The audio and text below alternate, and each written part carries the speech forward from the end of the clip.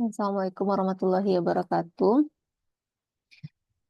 Baiklah, ini kita masuk di riset 2 ya. Riset 2 yang tujuan atau luarannya nantinya adalah PKM.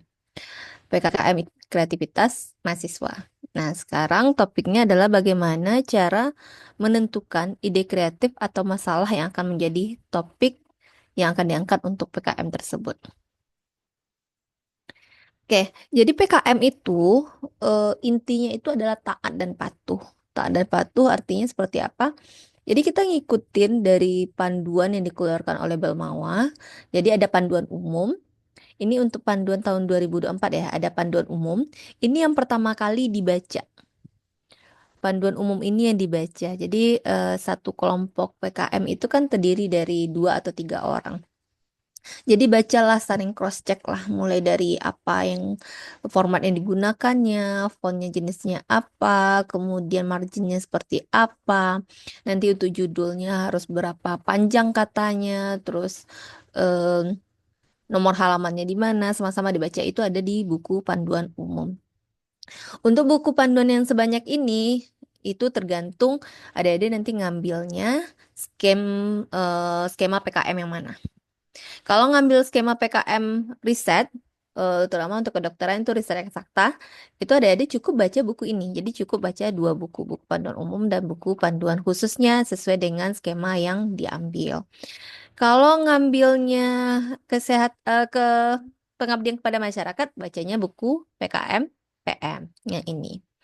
Kalau ngambilnya kewirausahaan, ambilnya buku PKM kewirausahaan. Jadi tinggal baca buku panduan tersebut karena em, setiap PKM itu punya karakteristik masing-masing. Jadi tidak bisa kita baca buku panduan umum saja, formatnya akan sama semuanya walaupun jenis PKM-nya berbeda-beda. Salah ya. Jadi harus kita baca buku PKM khusus skema yang diambil. Ini buku panduan 2024, untuk 2025 sampai Maret ini itu belum ada keluar yang terbaru. Jadi kita masih memakai buku panduan PKM 2024. Ini pekelompokan PKM. Jadi PKM itu ada berbagai macam bidang gitu. Secara umum itu ada 2 jenisnya. Ada PKM pendanaan, terdiri di 8 bidang, dan ada PKM insentif. Kalau PKM pendanaan yang terdiri di 8 bidang ini ada PKM RE, berarti riset eksakta, kemudian PKM RSH, singkatannya berarti riset sosial humaniora. Kalau PKMK berarti PKM kewirausahaan. PKM PM itu PKM pengabdian kepada masyarakat.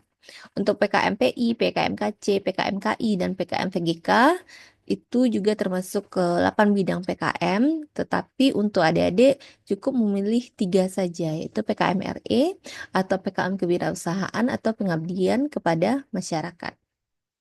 Untuk 2 PKM lainnya, yaitu PKM insentif, itu ada 2 jenis lagi, 2 bidang lagi, PKM GFT dan PKM AI. Ini tidak bisa dipilih untuk skema ini di kedokteran ataupun di modul riset 2 ini.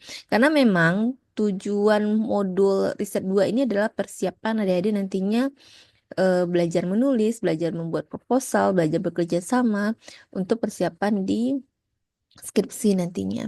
Seperti yang sudah diinfokan bahwa kalau adik-adik lulus pendanaan yang 3 jenis PKM tadi, itu adik-adik bebas skripsi dan nilainya langsung dijamin A. Kalau misalnya ketiga-tiganya kah yang dijamin? Ya, dijamin seperti itu. Tapi kalau misalnya tidak lolos pendanaan, eh, khusus PKM itu ada bisa mm, men-split judulnya menjadi 3 untuk skripsi nantinya. Jadi silakan lapor ke pembimbing PKM-nya, bisa nggak ini dijadikan judul skripsi gitu. Atau kalau misalnya dari Go bisa ngasih ke 1 orang yang berminat betul dengan bidang yang diambil atau dengan topik yang diambil. Tapi kalau misalnya sama-sama minat nih gimana nih itu bisa di split kok judulnya. Jadi silakan bimbingan dengan pembimbingnya. Kalau misalnya nggak lolos pendanaan, kalau lolos pendanaan amanlah skripsinya ya. Seperti itu. Jadi cuma 3 bidang itu yang bisa adik-adik ambil. Karena sesuai dengan tujuan modul kita memang modul riset 2. luarannya adik-adik bisa membuat proposal PKM. Nah, proposal PKM inilah menjadi tujuan akhir dari modul ini. Jadi modul ini nggak ada ujiannya, seperti yang disampaikan oleh Bu Meta sebelumnya, nggak ada ujiannya. Ujiannya itu adalah ujian mempertanggungjawabkan proposal yang dibuat. Jadi jangan sampai ya nanti karena ini adalah tugas berkelompok kerjasama, jangan cuma satu orang yang jadikan tumbalnya gitu. Jadi kerjanya sama-sama. Kalau saat bimbingan dengan pembimbingnya itu juga sama-sama bertiga pergi bimbingannya. Kemudian untuk ujiannya, kalau misalnya memang waktunya belum pas, jangan menghubungi satu orang saja gitu. Yang lain skislab Bu, yang lain nggak lagi ini Bu, jangan. Sama-sama pergi lapornya, pergi ujiannya gitu. Karena itu dinilai, penilaiannya itu individu. Kalau misalnya cuma satu orang yang bertanggung jawab, yang dua orang lagi yang nggak ada nilainya gitu ya. Karena memang ada kejadian tahun sekarang ini ada yang ngulang dua orang PKM ini, riset dua ini. Cuma karena kurikulumnya berbeda, jadi yang mereka yang ngambil ke bawah itu eh, reguler khusus. Jadi cuma dua orang itulah berkelompok gitu ya. Dua orang itu berkelompok. Ya, kenapa sampai terjadi itu gitu? Bukankah satu kelompok tiga orang? Kenapa dua orang ini belum lulus gitu? Ya ternyata ya seperti itu gitu. Cuma menghadap satu orang gitu. Pas dikasih kesempatan remedial, yang datang cuma satu orang, yang lain lagi udah pergi liburan seperti itu. Jadi ya sudah, nilainya juga jadi liburan gitu. Ya, jadi dia harus mempertanggungjawabkan eh, nilainya itu, ya balik lagi ngambil modul tersebut ya. Jadi yang sampai terulang di masa adik-adik sekarang. Nah, sekarang kita masuk ke ide kreatifnya. Pertama, tentukan dulu skema yang mau dipilih itu apa. Apakah mau riset, apakah mau kewirausahaan, atau pengabdian kepada masyarakat. Nah, saat adik-adik memilih skema itu, adik-adik harus meyakinkan, kenapa sih memilih skema ini? Kenapa sih tertarik dengan skema ini? Misalnya untuk riset, ya minimal saya punya modal untuk skripsi, untuk bisa menulis gitu. Atau pengabdian kepada masyarakat.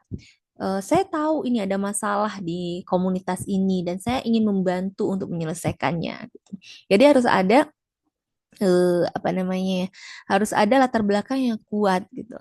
Termasuk juga kewirausahaan. Saya punya usaha atau saya pernah melihat teman saya punya usaha seperti ini gitu. Tapi saya merasa untuk hal seperti ini ada yang perlu dibantu nih, ada yang perlu saya beri gagasannya. Nah, saya mengusulkan seperti ini. Nah, harus ada alasannya, latar belakang mengapa memilih skema tersebut. Kemudian kan ada tiga orang nih satu kelompok itu gitu. Pahami juga apa sih keunggulan kelemahannya gitu dalam kelompok tersebut gitu. Nanti saling bekerja samanya dalam bentuk apa gitu. Ada yang mungkin bisa riset ya, mencari sumber referensi gitu. Ada yang mampu menuliskannya. Jadi berbagi peran gitu sehingga tugasnya dalam satu semester ini untuk menghasilkan proposal PKM yang bagus itu benar-benar terlaksana gitu. Dan tentu tujuannya ya tujuannya bukan hanya sekedar nilai saja atau sekedar pendanaan saja, tapi banyak tujuan yang didapatkan dengan PKM ini ya. Kemudian setelah dapat nih jenis skemanya seperti apa, ya pelajari, baca buku panduan tadi. Nah, baca buku panduan tadi untuk mempertegas atau untuk meyakinkan kita ini benar-benar cocok nggak ya dengan kelompok saya. Kalau benar-benar cocok, ya sudah, pelajari lagi eh, topik-topik yang akan diambil. Ingat, PKM itu nggak lama-lama, 4 bulan saja.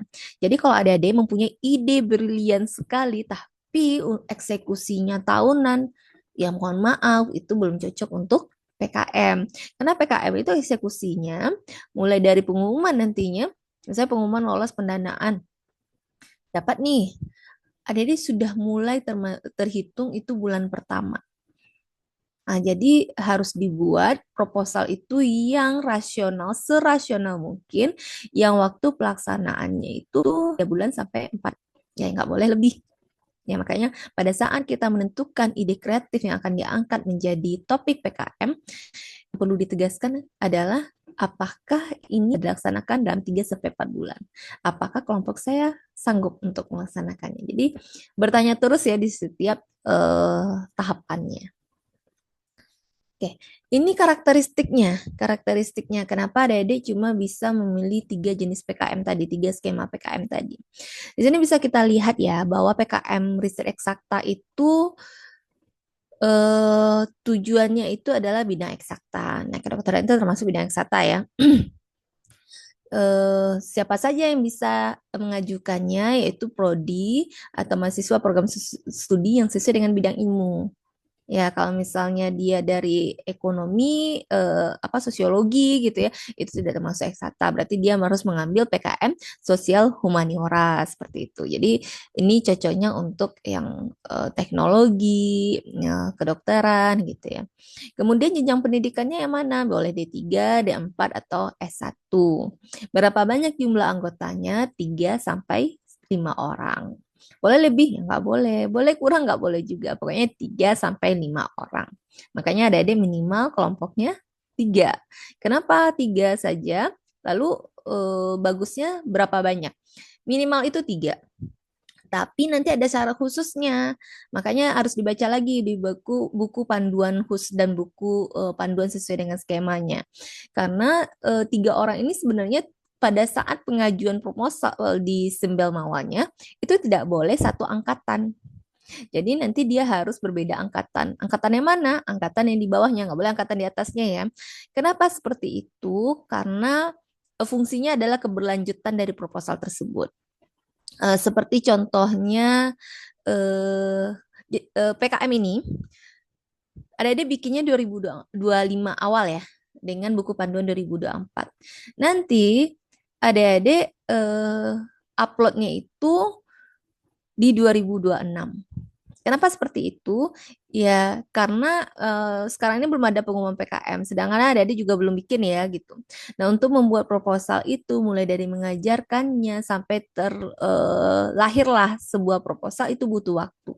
Makanya yang untuk tahun 2025 ini yang mengajukannya adalah angkatan 2023 yang tahun sebelumnya sudah membuat PKM-nya. Jadi dia tinggal menyesuaikan kalau misalnya ada buku panduan yang baru, tinggal menyesuaikan dengan buku panduan tersebut dan menguploadnya ke Simpel Mawa. Jadi adik-adik berkesempatan nantinya untuk mengupload proposalnya di tahun 2026.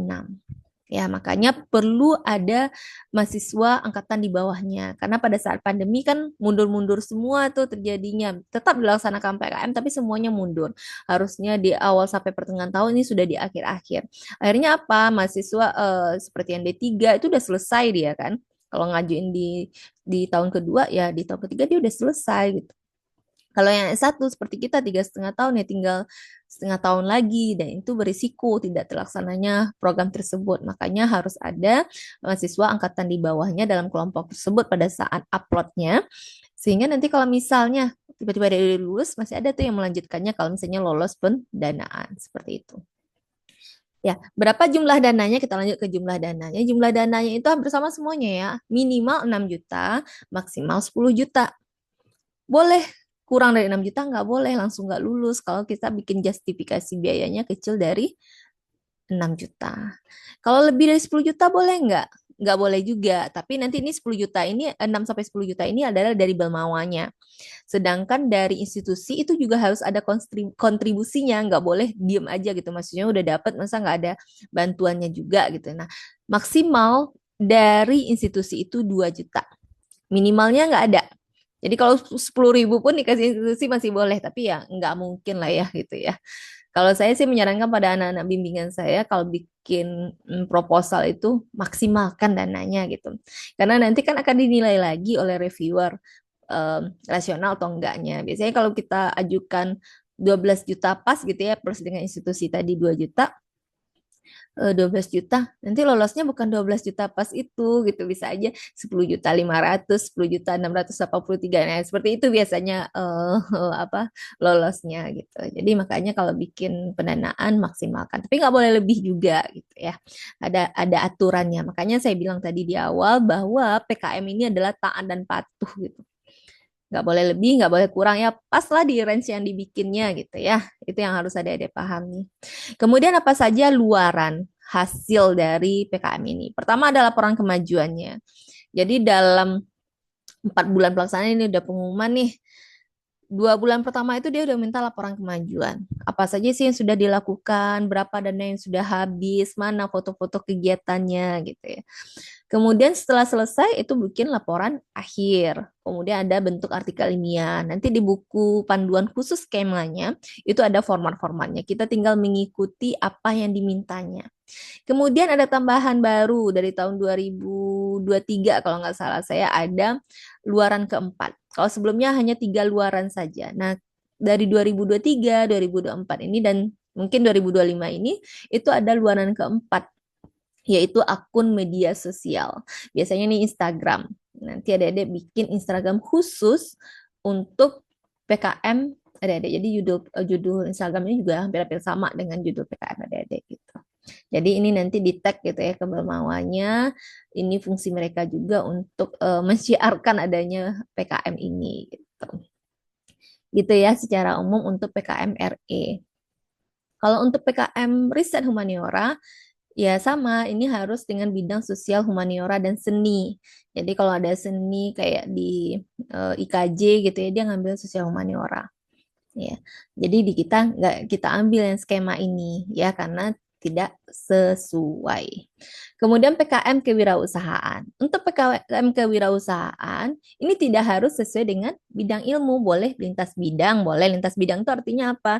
Boleh ada dari kedokteran, kemudian dari ekonomi, dari dari eh, teknologi gitu boleh semuanya. Jadi lintas ilmu boleh. Dia tidak sesuai bidang ilmu gitu ya. Tidak harus sesuai dengan bidang ilmu. Siapa yang saja yang bisa ngambilnya dari D3, D4, S1 bisa. Jumlah kelompoknya sama, pendanaannya sama dan luaran wajibnya sama. Ya. Kemudian masuk ke PKM PM, pengabdian kepada masyarakat. Yang PKM PM ini juga tidak harus sesuai dengan bidang ilmunya. Jadi bisa lintas bidang juga. Dan mitranya komunitas atau masyarakat yang kita ajak bekerja sama atau tempat kita melakukan pengabdian tersebut itu yang non profit.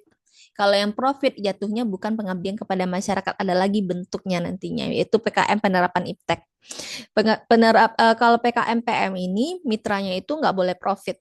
Jadi mitranya itu non profit yang tidak menghasilkan uang, misalnya komunitas apa ya, komunitas di apalah di sekolah gitu ya, itu kan non profit gitu ya.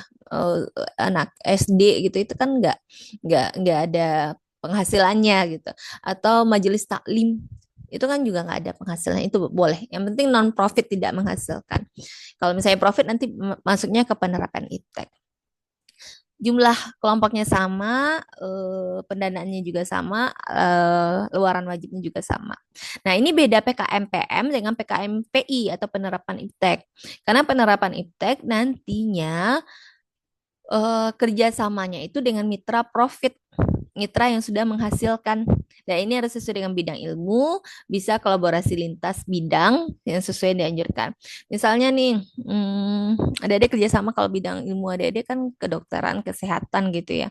Misalnya adik-adik punya melihatlah ya mitra, punya mitra atau mencari mitra yang bidangnya bidang kesehatan juga gitu. Misalnya dia menghasilkan produk apa ya kedokteran ini ya, untuk produk apa ya misalnya ya?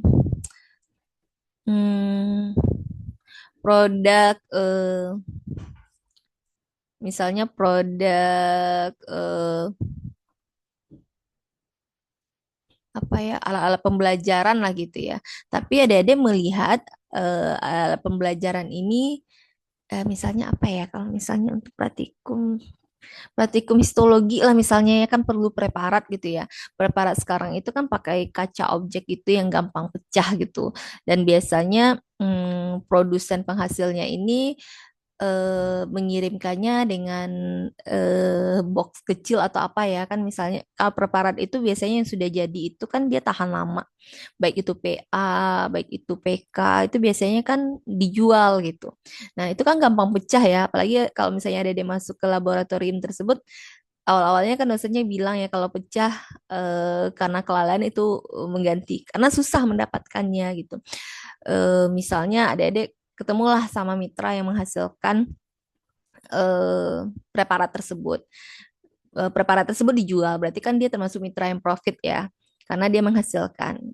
Tapi pada saat packagingnya atau pada saat dia menjualkannya itu eh, kesulitan gitu, mulai dari promosinya kah, atau pada saat packaging atau teknologi dan pembuatnya. Nah, ada bantu tuh di salah satu proses kesulitannya yang mana gitu. Misalnya di packagingnya itu yang nggak aman gitu, bahkan pada saat pengiriman mungkin pecah gitu ya, sehingga komplain lah customernya ya, ada dia bisa bantu di sana. Misalnya packaging yang aman untuk si preparat ini nggak mudah pecah, tapi juga pada saat di press ininya juga nggak rusak, preparatnya juga nggak rusak gitu, apa yang mau dilihat itu nggak rusak, nggak bergeser gitu. Nah gimana tuh caranya? Nah itu yang ada berikan teknologi di sana ya, itu termasuk penerapan iptek ya. Untuk ininya sama ya, tujuan mahasiswanya, kemudian jumlah mahasiswa, pendanaan dan luaran wajibnya. Kemudian karsa cipta itu karya berupa hasil konstruksi karsa. Jadi ada produknya yang diminta. Berbeda dengan kewirausahaan. Kewirausahaan itu ada komunitas ya, komunitas ya sama sih produk juga, tapi komunitas usaha. Tapi kalau karsa cipta ini yang fungsional dan ini lebih ada prototipe produknya. Seperti apa ya, misalnya teknologi apa ya, ekskavatornya seperti apa dibentuknya. Ini makanya kita tidak mengambil kaci ini karena tidak sesuai dengan bidang ilmu kita.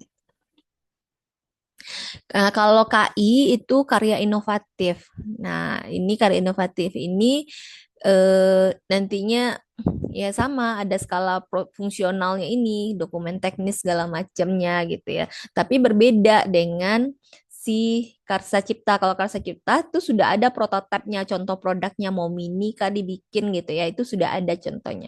Tapi kalau karya inovatif ini bentuknya baru dalam bentuk dokumen teknisnya saja, cara bikinnya seperti ini, ya pokoknya bentuknya dokumen dulu gitu.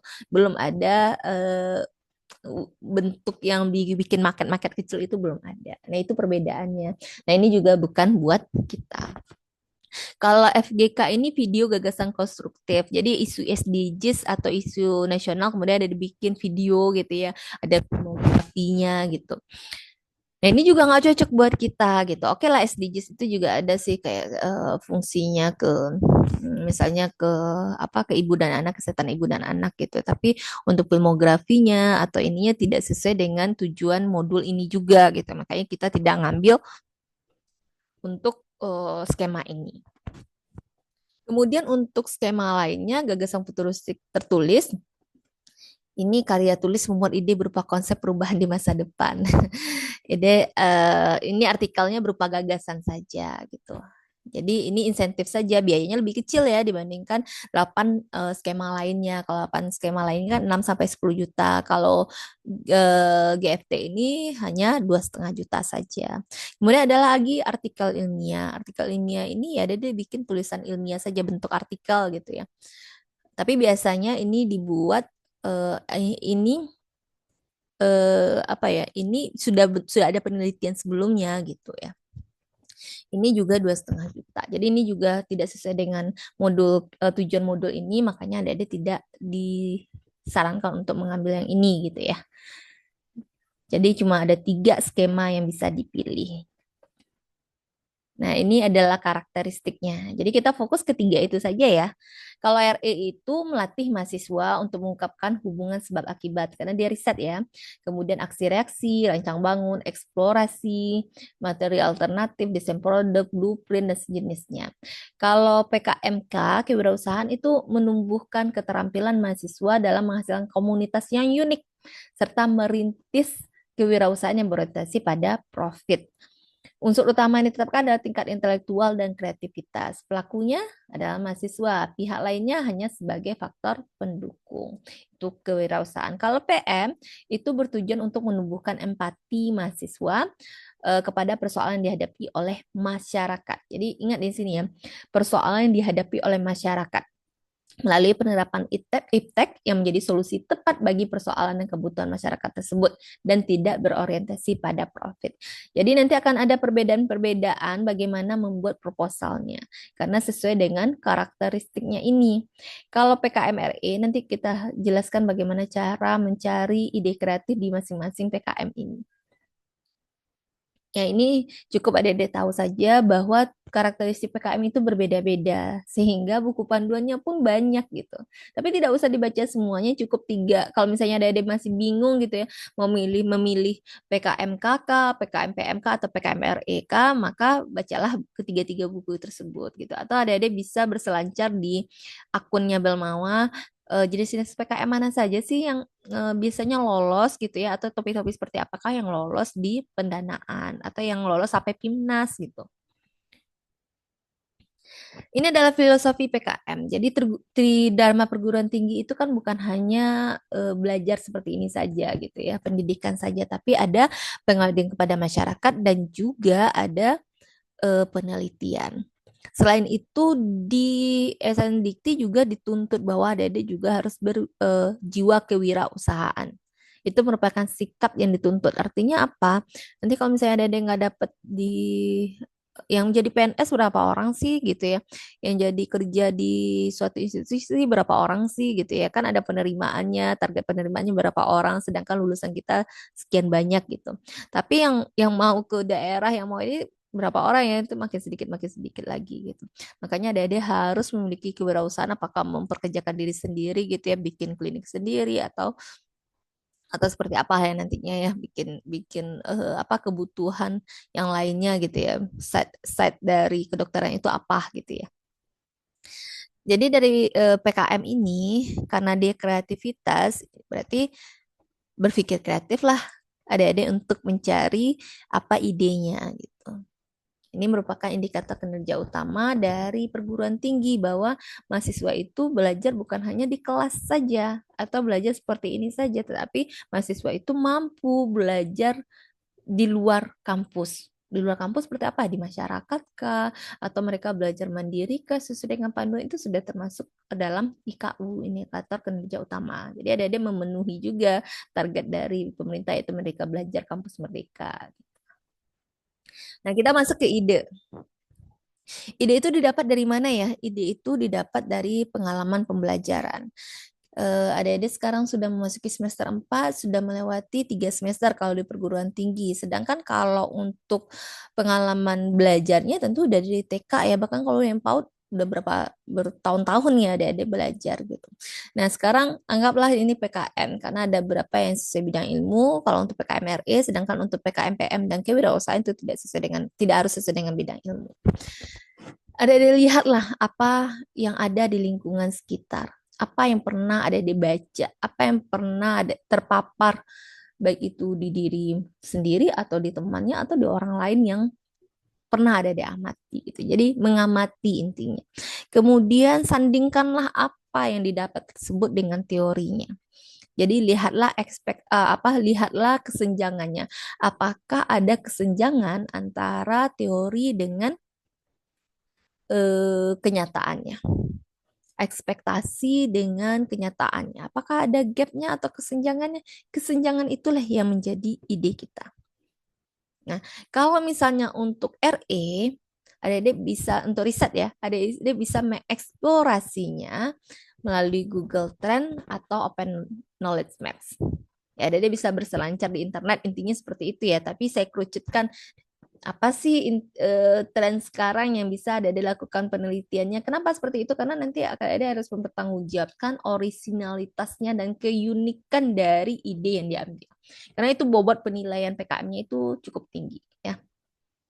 Bisa ambil di Google Trends, tinggal klik saja sama buka Google Scholar atau Google Translate ya, tinggal kita klik saja, kemudian muncullah seperti ini tampilannya. Kemudian kalau untuk mengeksplor apa yang mau kita cari ya tinggal kita masukkan saja. Kita mau mencari mengenai apa. Ya. Ini waktu saya ambil ini dia lagi Real Madrid gitu ya yang trending gitu. Nah, kalau misalnya mau ambil explore, kemudian kita lakukan pencarian. Nah, kalau misalnya tanpa pencarian yang banyak dicari oleh orang-orang seperti ini gitu. Nah, sekarang kita mau mencari mengenai apa? Misalnya contoh penelitian. Nah, penelitian banyak juga nih cari nih. Nah, di Sinta, tapi ini penelitian topiknya apa ya? Topiknya seperti itu. Nah, kurang-kurang kurang spesifik dengan kita ya sudah kita tambahkan kata kuncinya dengan kesehatan. Wah, makin banyak nih. Nah, di mana saja adanya undang-undang kesehatan yang lagi dicari gitu ya. Kemudian kita tambahkan lagi apa yang lebih spesifik lagi. Oh, kita mau yang eksperimen. Ya sudah kita klik eksperimen, kita lihat apa ya eksperimen di kesehatan. Nah, bar zero isi termasuk alat musik. Masih belum spesifik dengan apa yang kita mau atau yang kita kuasai. Ya, kita cobalah lihat tanaman obat misalnya. Tanaman obat apa ya yang banyak diteliti oleh orang-orang? Undang kesehatan masih bar. Nah, coba lihat pencarian ketiga. Obat berasal dari tanaman. Ini bisa adik-adik lakukan pencarian. Oh, ini banyak yang empat. Yang mau dicari aja itu sekian banyak gitu ya. Kita lihat trennya seperti apa. Nah, ini berarti dia nggak keluar. Kalau nggak keluar ini kita ambil yang berikutnya. Breakout itu berarti ada masalah ya. Tapi di sini media tanam miskin kandungan unsur hara. Nah, ini juga nggak cocok ya dengan kita karena kalau untuk pertanian oke, kesehatan oke. Berarti ini kurang spesifik lagi nih pencarian. Tadi kesehatan tanamannya kan juga masuk ya. Harusnya kita tambahkan kesehatan pada manusianya gitu ya atau kesehatan terhadap penyakit tertentu gitu. Jadi dia lebih lebih spesifik lagi yang kita dapatkan di Google Trend ini gitu. Tapi pada intinya cara pencariannya itu seperti ini. Kalau ini tanaman obat, kita lihat dulu apa mengenai apa ini ya.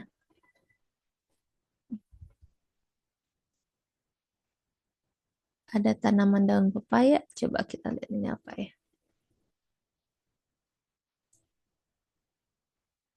Nah, ini lebih ke pembibitan dan segala macamnya. Nah, kalau misalnya tidak ada,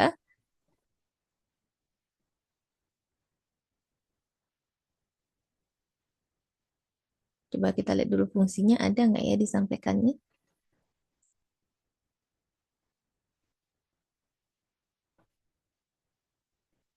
Nggak ada ya. Kita ngambil bagian-bagian atas saja karena yang persentase itu yang paling banyak dicari itu bagian atas.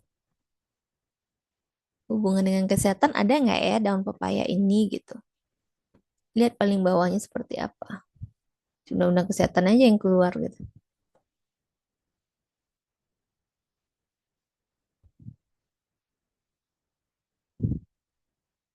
Nah, sekarang kita ngambilnya lebih spesifik lagi. Kita masukkan tanaman obat dulu. Tanaman obat yang banyak apa ya? Ini budidayanya, pembibitannya ya. Mungkin ini belum cocok dengan kita gitu ya. Kita spesifikkan lagi nantinya. Tanaman obat dicari orang ada, tapi dia lebih fokus pada pembibitan gitu ya. Efek, saya coba cari efeknya. Keluar efek obat apa ya gitu.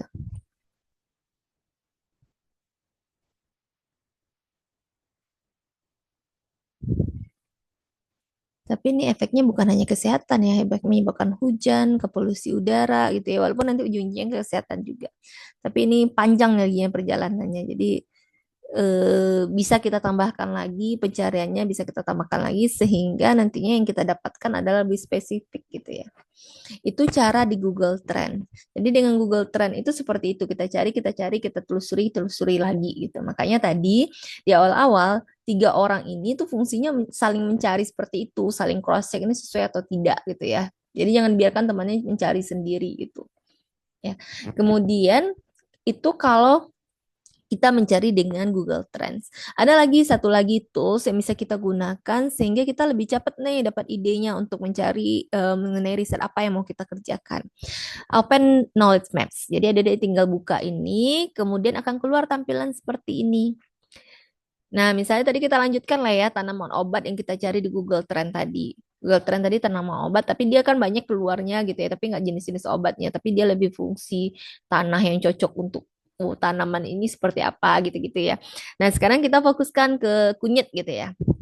Kunyit itu bahasa Inggrisnya apa? Turmeric. Jadi kita masukkan turmeric di sini, kemudian akan keluarlah seperti ini. Dia bisa bahasa Indonesia juga kok, tenang saja. Bisa bahasa Indonesia juga. Nah, coba kita lihat videonya. Jadi kalau sudah dapat turmeric, dia akan keluar seperti ini gitu ya, bubble-bubble-bubble gitu ya. Dalam satu bubble itu terdiri dari berbagai macam artikel juga gitu ya.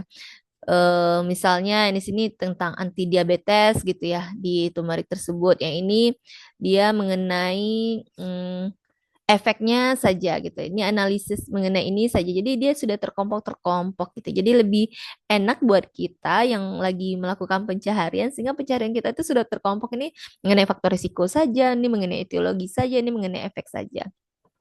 Cobalah klik satu bubble-nya, kemudian ada yang mau cari apa ya? Ini mengenai genom analisisnya, pengaruh ini. Jadi dia yang campur-campur di sini. Campur-campur ada yang bahasa Indonesia, ada yang bahasa Inggris. Jadi lebih enak kita gitu ya di pencarian dengan Open Knowledge Maps ini gitu. Nah, kalau pencariannya nanti Dede bisa mencari idenya melalui membaca artikel-artikel yang lagi tren ini. Kemudian Dede lihat di mana sih melihatnya? Lihatnya nanti kalau sudah dapat artikelnya itu di sarannya. Kan saran penelitian selanjutnya. Biasanya kan ada seperti itu. Itu bisa Dede lakukan pencarian. Kalau misalnya udah dapat saran, wah ini nih yang kalau kita lakukan penelitian ya belum tentu juga kita lakukan pencarian lagi udah dilakukan penelitian oleh orang lain mengenai ide tersebut atau gimana. Kalau belum, oke go ahead. Tapi kalau kalau sudah berarti ada harus baca artikel berikutnya lagi gitu untuk mendapatkan ide baru lagi gitu. Karena pastinya nanti ada bertemu dengan pembimbing, pertanyaan pertama adalah skemanya apa? Kemudian mengapa melakukan hal tersebut? Mengapa mengambil skema tersebut? Ya, ada dia lakukan berikanlah alasannya. Kemudian mengapa mengambil topik tersebut? Sampaikanlah alasan-alasannya. Ini belum dilakukan penelitian oleh orang lain. Yakin gitu ya. Diklik aja open knowledge. Oh, ini sudah ada nih apa perbedaan penelitian kamu dengan penelitian oleh orang yang sudah dipublish ini gitu. Kalian harus dengan PD-nya menyebutkan apa kesenjangan yang didapatkan dari penelitian sebelumnya. Seperti itu cara mendapatkan idenya gitu. Jadi bukan berarti ini belum dilakukan penelitian sebelumnya itu titik di sana nggak ada. Dia harus mencari alasannya apa gitu ya. Alasannya alasan ilmiah bukan alasan yang mengada-ada gitu ya. Dan tidak ada alasan ini udah ada kok penelitian iya tapi penelitian itu bahasa Inggris nggak bisa. Kecuali dia bisa menganalisis penelitian itu dilakukan di negara seperti ini gitu, berbeda dengan negara kita karena karakteristiknya ras kita berbeda dengan negara tersebut. Makanya saya mau mencoba melihat apakah ada perbandingannya hasilnya dengan kalau kita ujikan di negara kita gitu. Itu bisa.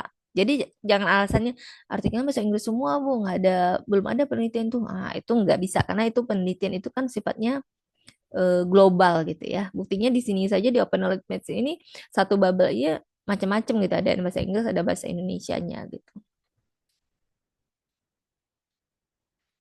Nah, ini efek kurkuma tadi ya. Nah, buka satu dia akan keluar gitu. Ini kunyit putih ya. Nah, ini kan berarti dia bahasa Indonesia itu. Satu aja kita klik, langsung keluar berbagai macam. Kita mau apa sih untuk mencari turmeric ini? Turmeric yang mana mau kita cari? Kita mulai efeknya kemana? Ke mencit kah? Ke eh, tikus kah? Ke kelinci kah? Kemana yang mau kita cobakan gitu. Boleh ke manusia nggak Bu? Itu kalau ke manusia panjang perjalanan untuk keluarnya etik nantinya gitu.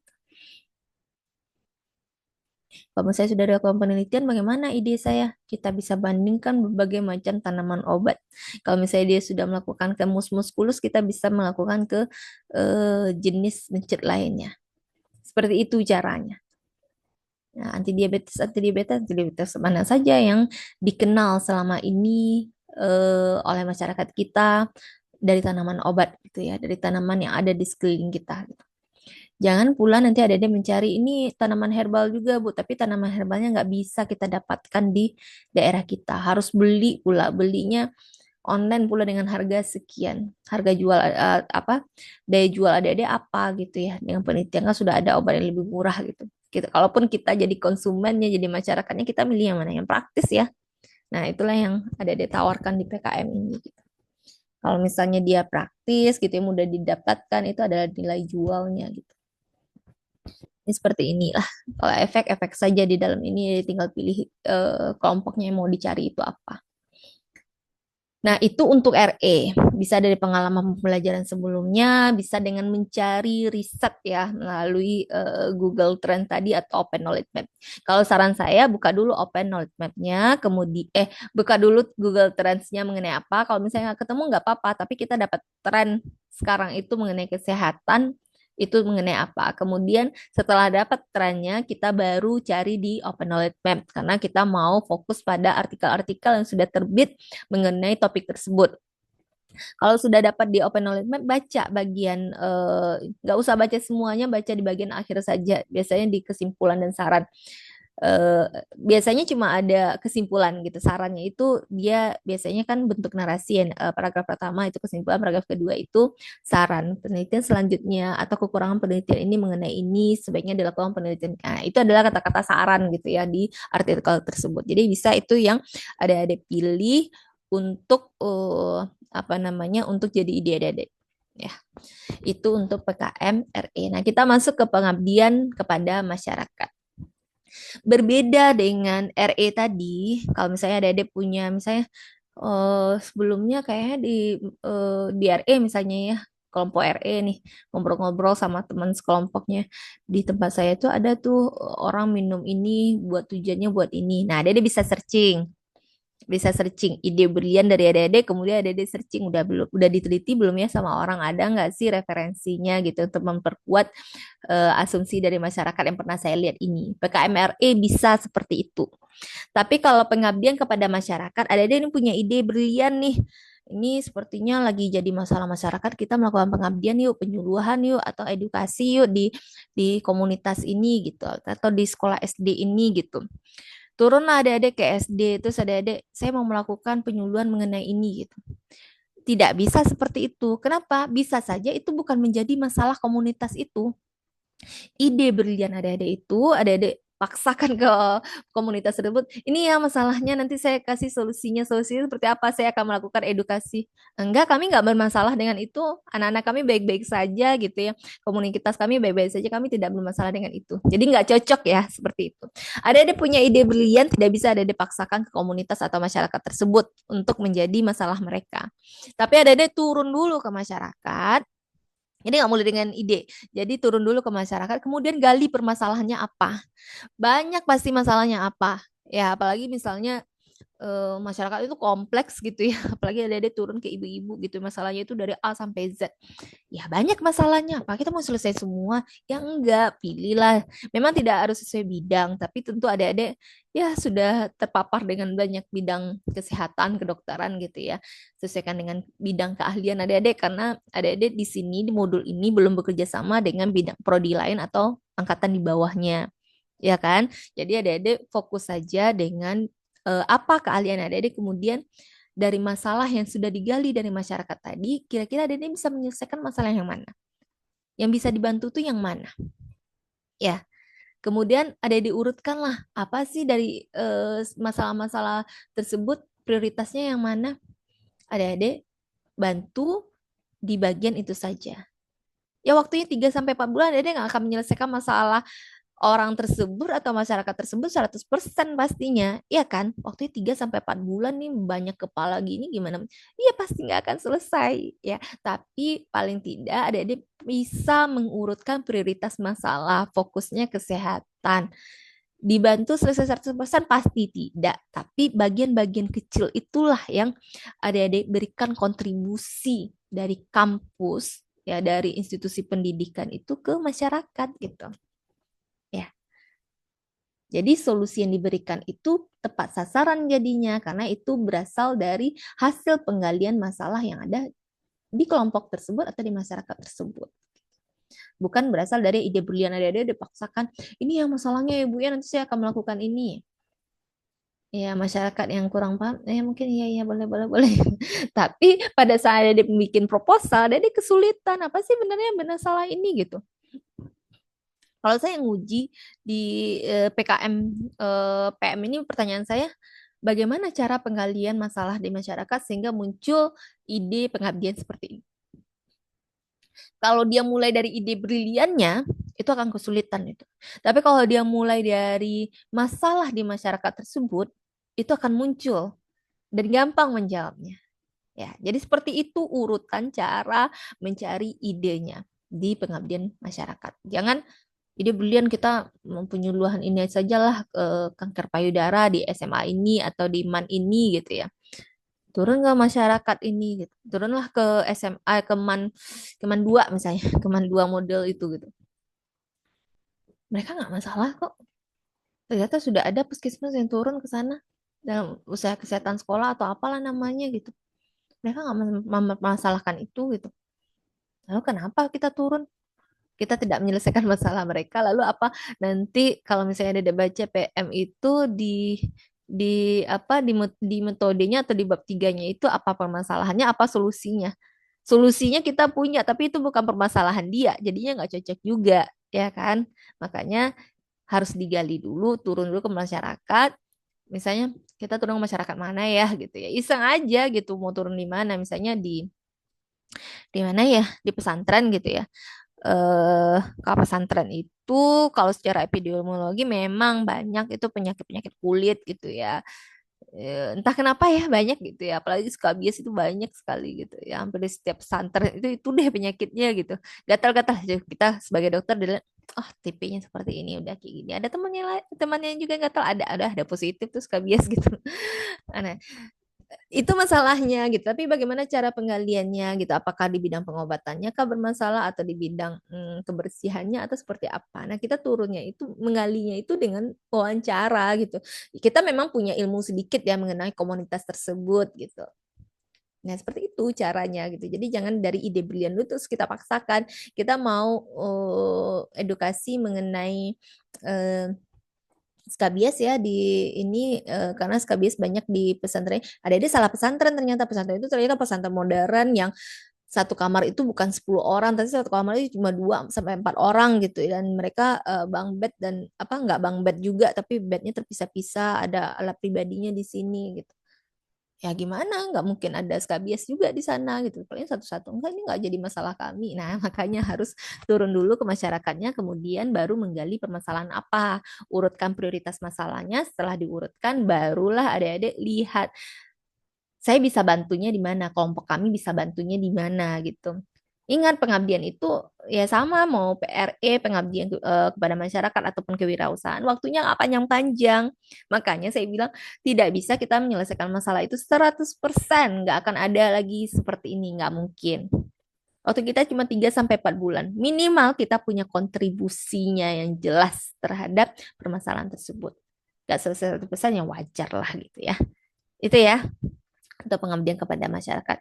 Nah, yang ketiga, skema yang ketiga yang bisa ada dipilih adalah kewirausahaan. Untuk kewirausahaan, eh, bentuk akhirnya itu ada produknya. Produk ini bisa ada jual, bisa orang-orang beli gitu. Produk tersebut harus unik dan juga bermanfaat. Produk seperti apakah itu? Nah, itulah ada lakukan pencarian. Bisa dengan Google Trends juga mencari untuk menemukan ide usaha yang dapat dikembangkan sesuai dengan kebutuhan pasar. Saya mau cerita dulu tahun berapa ya? 3 tahun dulu, 4 tahun yang lalu ya. Ada kelompok mahasiswa saya ngambilnya mengenai kewirausahaan. Dia ngambilnya apa? Dia ngambilnya waktu itu mau bikin brownies. Nah, pertanyaan saya, brownies seperti apa yang mau dibikin? Brownies diet. Wah, brownies diet. Ada nih gitu kan. Mana ada brownies buat diet gitu. Brownies kandungan gula coklatnya udah berapa gitu. Mana ada brownies buat diet. Nah, waktu itu saya bertanya seperti itu gitu. Iya, kami mau bikin brownies. Oke, gitu. Brownies kan sudah banyak gitu, mulai dari harganya yang premium, harganya yang biasa juga udah ada. Apa perbedaannya? Brownies kami brownies diet. Lah, Brownies diet seperti apa itu? Ya, jadi dia mulai dari kebutuhan pasar. Ada fit bar kan Bu, ada snack fit bar, iya snack fit bar gitu. Harganya sekian ribu gitu. Itu termasuk mahal untuk diet. Ya boleh gitu. Terus apa perbedaannya? Kami mau bikin brownies yang bisa menyaingi dengan snack fit bar. Nah brownies apa? Bakar apa? Brownies kan dua ya, bakar sama kukus ya. Setahu saya ya. Setahu saya yang pernah saya makan itu ada dua jenis gitu, brownies kukus sama brownies bakar.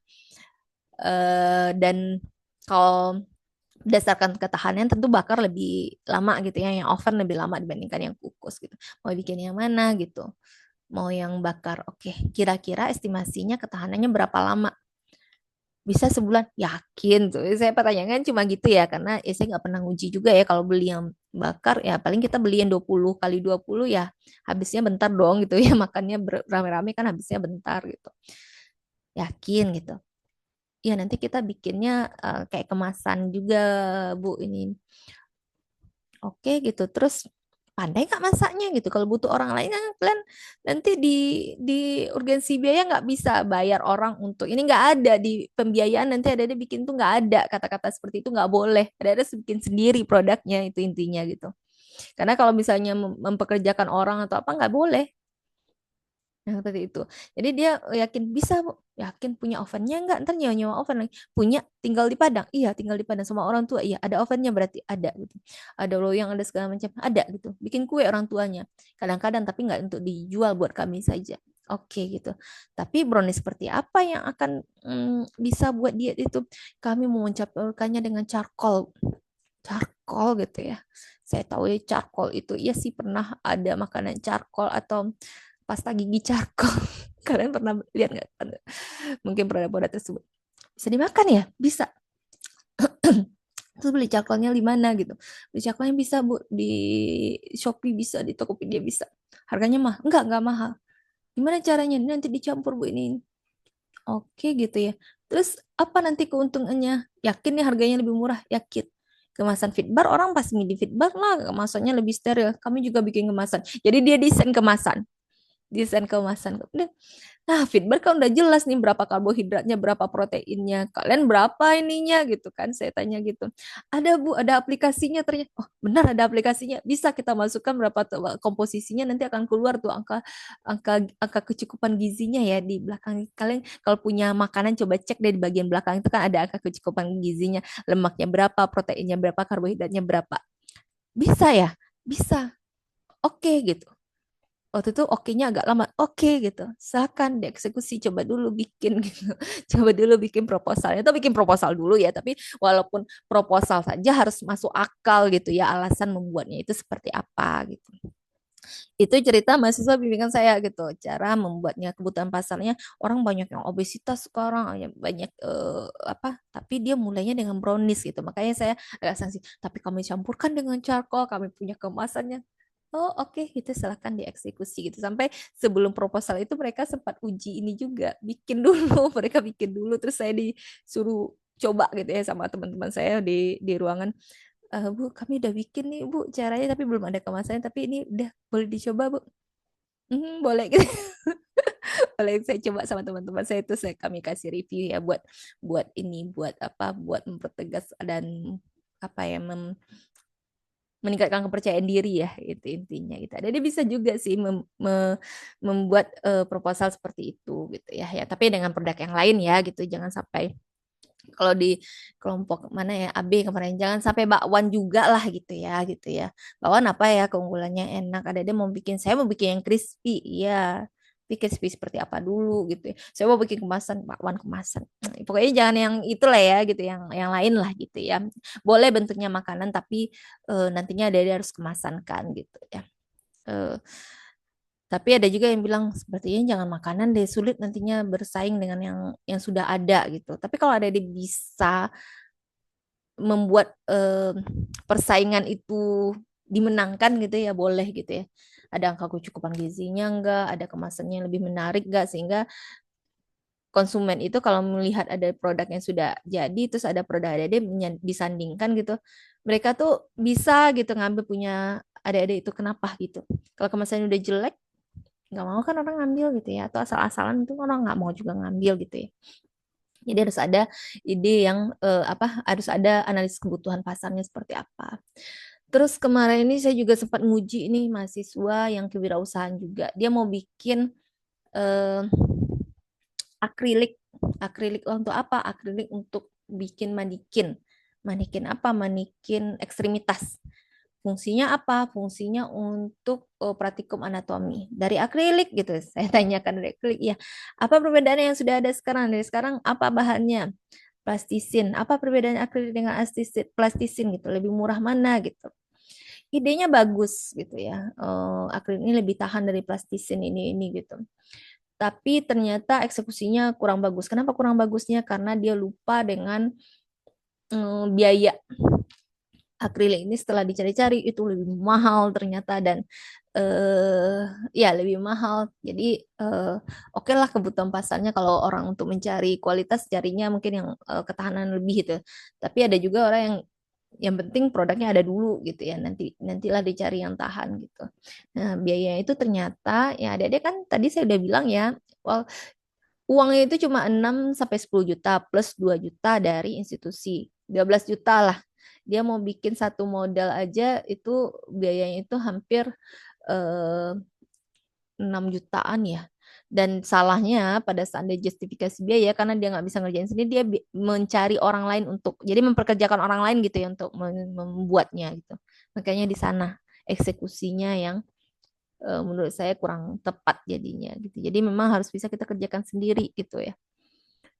Terus di apa di justifikasi biayanya itu, setahu saya yang akrilik itu kita harus pakai pengaman gitu ya. Karena saya lihat ada yang pajangan akrilik itu, buat pajang itu disemprot-semprot gitu, disusun-susun. Dia pakai pengaman pernafasan gitu, bukan hanya masker gitu, tapi apa yang kayak corong gitu ya. Kalau misalnya pemadam kebakaran masuk ke asap-asap kayak gitu ya menurut pengamatan saya gitu, itu nggak ada, dan itu kan nggak safety ya, makanya itu nggak bisa diloloskan. Idenya bagus gitu, berasal dari kebutuhan pasar ada, terus ketahanannya ada gitu ya, produknya itu udah ada keunggulannya, tapi ternyata biaya lebih mahal itu karena apa? Karena dia mencari orang lain juga untuk mengerjakannya. Biaya bikin dulu cetakannya gitu ya dari kayu atau dari silikon gitu. Itu kan sudah berbiaya gitu. Kemudian untuk mencetaknya berbiaya lagi karena dia mengerjakan orang. Jadi eksekusi itu juga penting. Adik-adik 3 sampai 5 orang, sekarang ini 3 orang, terus ya mampu dilaksanakan 3 sampai 4 bulan saja. Kalau harus menunggu kering sekian lama, belum lagi ada dia bikin proposal apa laporan kemajuan, laporan akhir, ya udah selesai dia gitu. Jadi harus dipikirkan juga kewirausahaan mana yang produknya cepat kita selesaikan pengerjaannya, bisa menjawab kebutuhan pasar dan bisa dijual juga. Nah, promosinya nanti di mana? Di kewirausahaan itu di bab duanya itu ada harus menjelaskan, ada mau menjualkannya, marketingnya itu sampai mana, ada yang online, offline itu di mana gitu. Nah, itu harus harus ada semuanya gitu. Itu untuk kewirausahaan ya. Lihatlah di sekelilingnya mau mengerjakan seperti apa gitu. Ada nih lotek ya nggak gitu juga gitu ya. Lotek nggak itu. Ya pokoknya produknya itu di kita banyak makanan yang bukan berarti itu makanan saja gitu. Ada yang lain mungkin seperti yang akrilik tadi ya. Yang akrilik tadi bagus tapi eksekusinya cari yang lebih simpel gitu ya, yang bisa dikerjakan gitu, yang nggak memperkerjakan orang lain gitu ya. Karena nanti di apa ya, pembagian pembagian tugas itu ada penjelasannya itu apa gitu ya. Jadi jangan sampai adek kami akan memperkerjakan orang lain biayanya sekian, nggak bisa itu lulus ya. Nah, ini saya kasih contoh apa saja yang dinilai pada saat adik-adik ujian pertanggungjawaban ya, RE atau kewirausahaan atau pengabdian kepada masyarakat. Nah, lihat nih, bagian awal itu ada kreativitas. Karena sekarang kita kan kreativitas dulu ya. Untuk RE itu kreativitas apa originalnya, uniknya, kebermanfaatan. Sampai 15 bobotnya. Kalau misalnya dicari, wah ini nggak original lagi nih, makin berkurang bobotnya. Nggak pula unik, nggak pula bermanfaat. Nantinya bermanfaat, pasti bermanfaat lah. Kalau dia pasti udah searching juga. Tapi original dan keunikannya apa? Jadi poin dari topik yang saya berikan itu mencari gagasan itu ya di sini. Ini nilainya. Yang 1, 2, 3. Jadi dia sekitar 35% buat dia saja. Nanti bab tiganya apakah sesuai dengan metodenya, apanya itu beda lagi bobot penilaiannya. Sekarang kita fokus di 35% dari 100%. Bagus ini ada dia dapat nilai 35. Ya kan? Untuk PKMPM ini digagas sama salahnya itu di sini, kreativitasnya di sini. Ada sekitar 30 ya ininya 30 poin gitu. Ada ketepatan solusi perumusan masalah. Jadi masalah itu harus sesuai dengan ketepatan solusinya. Masalahnya apa, solusinya ke sini nggak cocok juga ya dia ya. Makanya harus dicari benang merahnya. Makanya kita harus turun dulu ke masyarakat. Nggak boleh ide brilian saja, kemudian kita eksekusi sebagai solusinya. Bisa jadi itu bukan masalah mereka ya. Ngapain kita kasih solusi itu ke komunitas itu gitu. Kalau PKMPE, kewirausahaan seperti ini, keunggulan produknya apa, analisis peluang pasar. Jadi ada analisis peluang pasar dulu, kemudian dukungan sumber data yang berkualitas. Kenapa sih dibutuhkan itu sekarang? Gitu. Kemudian secara iptek apa keunggulannya, apa keunikannya. Jadi harus ada pertanggungjawabannya. 35% juga ya gagasannya ini. Nah, demikian adik-adik. Jadi ada 3 jenis kewirausahaan yang bisa Dede pilih. Ini timeline, contoh timeline. Jadi ini tahun 2024. Jadi Dede misalnya sudah punya ya, ini untuk tahun 2024 berarti untuk mahasiswa atau angkatan 2022. Karena dia melakukannya di 2023, uploadnya di 2024. Angkatan 2023 itu uploadnya di 2025 ini. Karena dia melakukan membuat proposal 2024, uploadnya di 2025 ini. Ini mahasiswa tahun 2022 diseleksi dulu mana sih dikirimkan dari seluruh UNRWA ini yang mana gitu ya. Ada lagi reviewernya nanti. Kemudian setelah lulus dari reviewer baru diunggah ke Simbol Mawa. Karena itu saya bilang ada sekarang membuatnya, ada angkatan 2024 kan, kemudian membuatnya di 2025, uploadnya nanti di 2026. Ya. Nah, mungkin demikian. Nih saya kasih contoh sedikit ya. Saya kasih contoh PKM.